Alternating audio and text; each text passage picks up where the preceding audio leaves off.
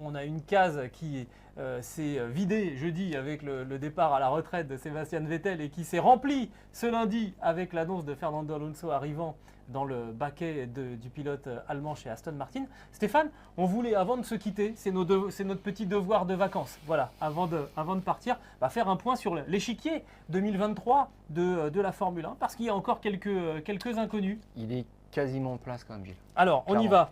Ça Red ne Bull. bouge pas chez Red Bull, Ferrari et Mercedes. T'as raison. Les contrats sont signés, Ça va c'est plus clair. vite comme ça. Voilà. Ça bouge pas non plus a priori chez Alfa Romeo. Chez Alfa Romeo, non, certainement pas. Bottas a un contrat pluriannuel, et Joe apporte suffisamment d'argent pour aller encore assez vite, Pour on va être dire. convaincant.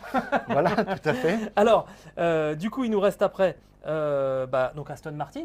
Alors Aston Martin, la petite nouveauté, si tu as remarqué, c'est qu'ils ont aussi officialisé Lance Stroll. Alors on n'en doutait pas, mais ils ont dit très clairement ça sera notre pilote parce qu'il est renouvelé d'année en année, on ne sait pas pour combien de temps, on ne sait pas quand est-ce qu'il se lassera parce qu'il est un petit peu blasé, etc. Et attention quand même parce que Fernando Alonso encore, s'il lui met une pile l'an prochain, je le vois tout plaquer. Franchement, parce que là, ça fera trop et il se rendra compte qu'il ne perce pas, on verra. Mais en tous les cas, officiel, Alonso et Stroll, l'an prochain chez Aston Martin. Ah, il doit avoir l'impression de vivre dans Expandables. Non, trop sérieux. Alors ensuite, McLaren. Allez, Alors McLaren, Norris et je dirais aussi Ricciardo quasiment sûr parce que quand tu vois les autres solutions sur le marché, maintenant Zak Brown, en fait il a plus de solution. C'est fini, il ne va pas mettre un Colton Herta dans la voiture. Ça n'a pas de sens. Il ne va pas recruter un Mick Schumacher. Et Ricciardo disait en s'énervant encore qu'il avait un contrat pour 2023. Maintenant, en fait, ce contrat existe et si Zak Brown veut se débarrasser de Ricciardo, il faut casser ce contrat.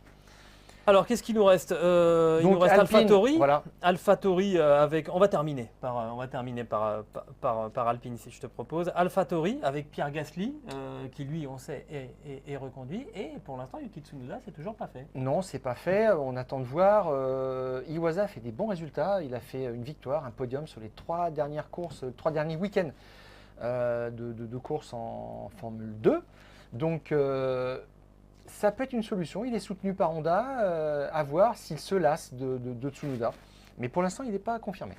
Chez As, Kevin Magnussen, apparemment, ça c'est bon. Et ensuite, Mick Schumacher, là, il commence à y avoir un petit peu une inconnue autour de lui parce qu'on en avait parlé chez Aston. Oui, mais il est enfermé maintenant. De toute façon, chez As, il ne va pas bouger. Alors, ce qui est quand même assez savoureux, c'est que Mick Schumacher, on nous le présente comme le pilote de la Ferrari Academy.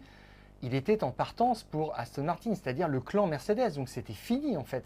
Et on s'aperçoit que Ferrari n'est pas tellement attaché à Mick Schumacher parce qu'ils étaient prêts à le laisser partir. Ils ont signé 2 pilotes jusqu'en 2024. Donc ça c'est réglé. Donc Schumacher, il n'a plus son destin en main, quoi. Non. Et je dirais qu'il n'est pas hyper attractif, quoi. Non, clairement. Williams avec Alexander Albon, ça on sait que c'est bon. Et le favori c'est De Vries. Parce que vous succéder allez le voir à peu près dans Latifi. toutes les voitures Mercedes. Cette année, c'était la Williams à Montmelo, c'était la Mercedes au Castellet.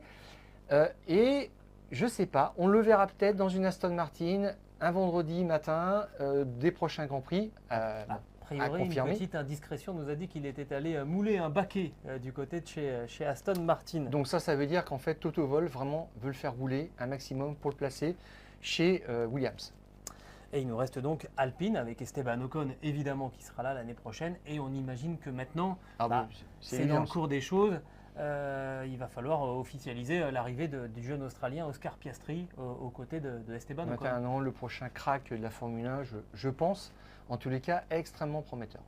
Mais ça nous fait quand même une grille qui pourrait être renouvelée quand même de manière assez intéressante. Alors avec des mouvements, des pilotes qui restent, comme je pense à Fernando Alonso. Mais voilà, on sait que Tsunoda, c'est pas encore gagné, que Schumacher, on ne sait pas exactement ce qui va se passer.